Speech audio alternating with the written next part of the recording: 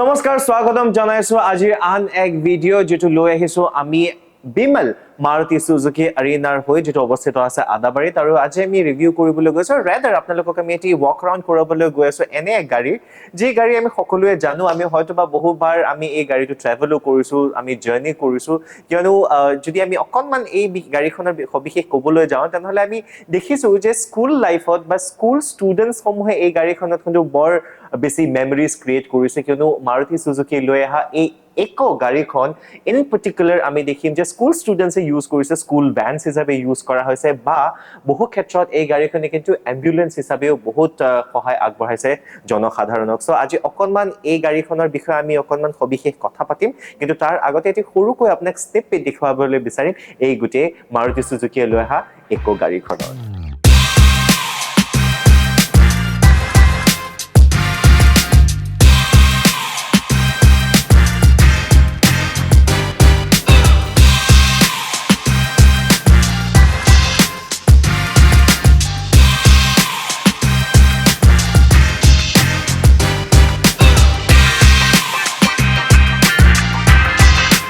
মাৰুতি সুজুকিয়ে লৈ অহা EECO গাড়ীখন অকল যে ডিজাইনৰ ক্ষেত্ৰত বা ইয়াৰ ষ্টাইল সেগমেন্টৰ ওপৰত খুব এটা যদিও গুৰুত্ব দিয়া নাই কিন্তু এই গাড়ীখনৰ অটাইতকৈ প্ৰাইম অবজেক্টিভ হ'ল এই গাড়ীখনৰ ডিউৰেবিলিটি বা ইউজেবিলিটি কেনেকুৱা যেহেতু মই অলৰেডি কৈছো যে এই গাড়ীখন স্কুল ভ্যানছ বা এম্বুলেন্সৰ ক্ষেত্ৰত জনসাধাৰণক বহুখিনি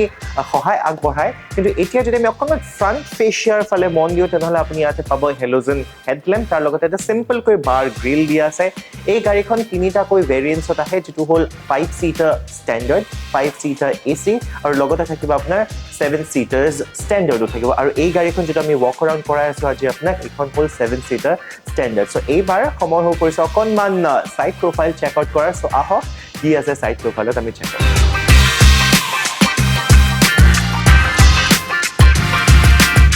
Because Maruti Suzuki লৈ অহা EECO গাড়ীখনৰ যদি আমি সাইড প্ৰফাইলৰ কথা কওঁ তাহলে এই গাড়ীখনৰ লেংথ ৰখা হৈছে 3675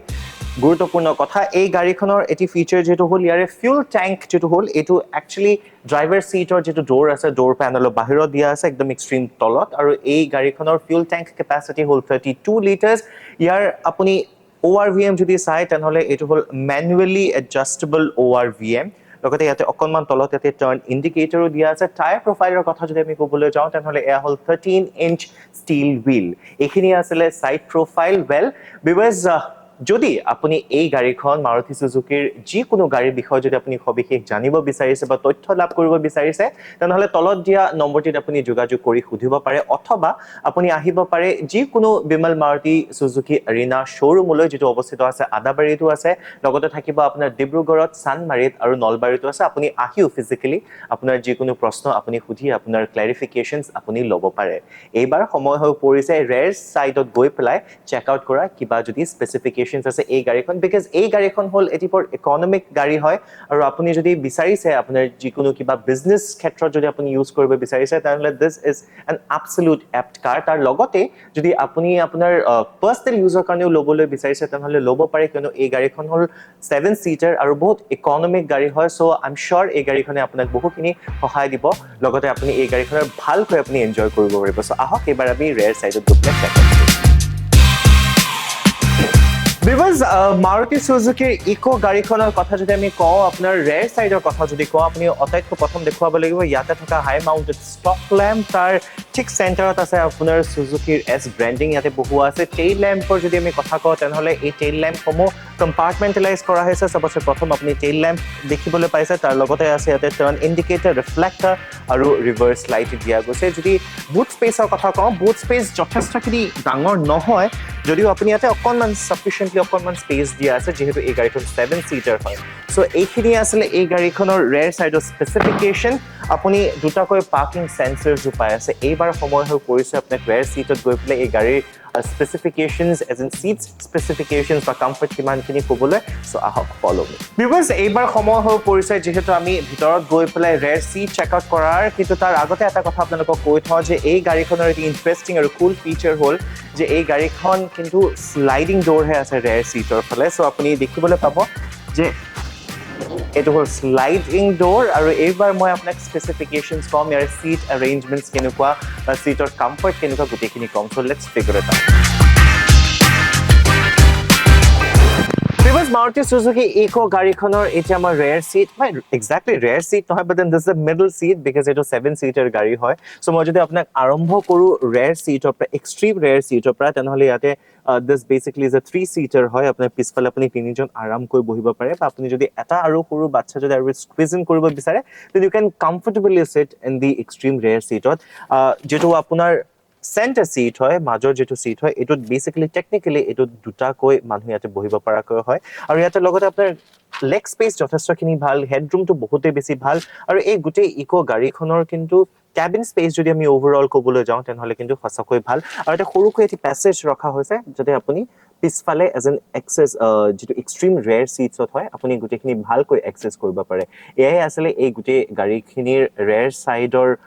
অকনমান আপোনাক যিখিনি মই ফিচাৰ্স দেখুৱালো সো এবাৰ মই ডোৰৰ কথা কওঁ তেনেহ'লে ডোৰত মই অকল এটো ক'ব লাগিব যে এই গাড়ীখনৰ এই ম্যানুয়ালি আপুনি এই উইন্ডো ফ্যান যেটো আছে আপুনি আপ ডাউন কৰিবৰ কাৰণে এটা ম্যানুয়াল হ্যান্ডেল এটি দিয়া আছে যেটোত আপুনি সহায়ৰে আপুনি উইন্ডো আপ বা ডাউন আপুনি কৰিব পাৰে এবাৰ সময় হৈ পৰিছে ফ্ৰন্ট সিটত গৈ পেলাই ড্ৰাইভাৰ সিটত গৈ পেলাই দেখিবলৈ কি ধৰণৰ ফিচাৰ্স আছে আগফালে so let's come go there and check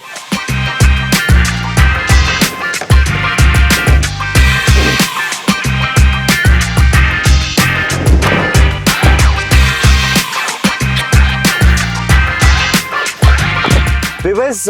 eco গাড়ীখনৰ এবাৰ মই ফ্ৰন্ট সিটত আহি পেলাই বহিলো ফ্ৰন্ট সিটৰ যদি মই আপোনাক সিটস কমফৰ্টৰ কথা কওঁ তেনেহ'লে সিটছখিনি গোটেইখিনি বিৰাট কমফৰ্টেবল হয় কিয়নো বিৰাট স্পঞ্জি হয় এণ্ড কুশনি হয় সো মোৰ বহি পেলাই ভাল লাগিছে স্পেচৰ কথা যদি কওঁ তেনেহ'লে of course it's a beautiful one মোৰ স্পেচত বহি পেলাই ভাল লাগিছে কিন্তু স্পেচ যথেষ্টখিনি ভাল ডেশ্ববোৰ্ড যাতে অকণমান ডুৱেল টোনৰ এটি টাচ দিয়া গৈছে যাতে আইভৰি কালাৰ লগত আপোনাৰ ক'লা ৰঙৰ মেজৰ দি গোটেইখিনি ৰখা হৈছে ডেশ্ববোৰ্ডখিনি আৰু গোটেইখিনি বেছিক ৰখা হৈছে because it's a very budget friendly গাড়ী হয় যদিও বহুত প্ৰকাণ্ড ডাঙৰ হয় 7-seater গাড়ী হয় কিন্তু আপোনাৰ যেটো ৰেঞ্জত আহে প্ৰাইস ৰেঞ্জত আহে এই গোটেই প্ৰাইস ৰেঞ্জত ইমান ধুনীয়াকৈ গাড়ী এটা পোৱা এটো কিন্তু সঁচাকৈ মাৰুতি সুজুকিয়েহে দিব পাৰে এনিৱেজ ষ্টিয়াৰিঙৰ কথা যদি আমি কওঁ তেনেহ'লে একদম প্লেইন এণ্ড বেছিক ষ্টিয়াৰিং ইয়াতে ৰখা হৈছে তাৰ লগতে যদি আমি ডেশ্ববোৰ্ডৰ লগত আমি চেণ্টাৰ কনসোল চাওঁ তেনেহ'লে চেণ্টাৰ কনসোলত আপোনাৰ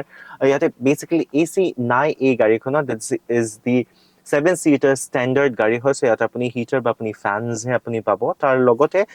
গুটেইখিনি আপুনি যদি কিবা এক্সেসৰি ইয়াতে আপুনি ইনষ্টল কৰিব বিচাৰে তেনেহ'লে আপুনি এক্সেসৰিজৰ পাৰ্ট ইয়াতে মিউজিক সিস্টেম আপুনি লগাব পাৰে অকনমানকৈ সৰু এটি পকেট দিয়া গৈছে চেণ্টাৰ কনসোলত তাৰ লগতে আছে 12 ভোল্টৰ আপোনাৰ ইয়াতে চাৰ্জিং সকেট এটাও দিয়া আছে তাৰ লগতে তাৰ অকনমান তলত এইখিনিতে স্পেস আছে আপুনি আপোনাৰ ওয়ালেট বা আপোনাৰ মোবাইল ফোনস ৰাখিব পাৰে গিয়াৰ লিভাৰ আছে that's all in the front seat যদি আমি অকনমান ইনস্ট্ৰুমেন্ট ক্লাষ্টাৰৰ ফালে চাওঁ তেনেহ'লে মই ইগনিশ্যন অন কৰি পেলাই দেখুৱাম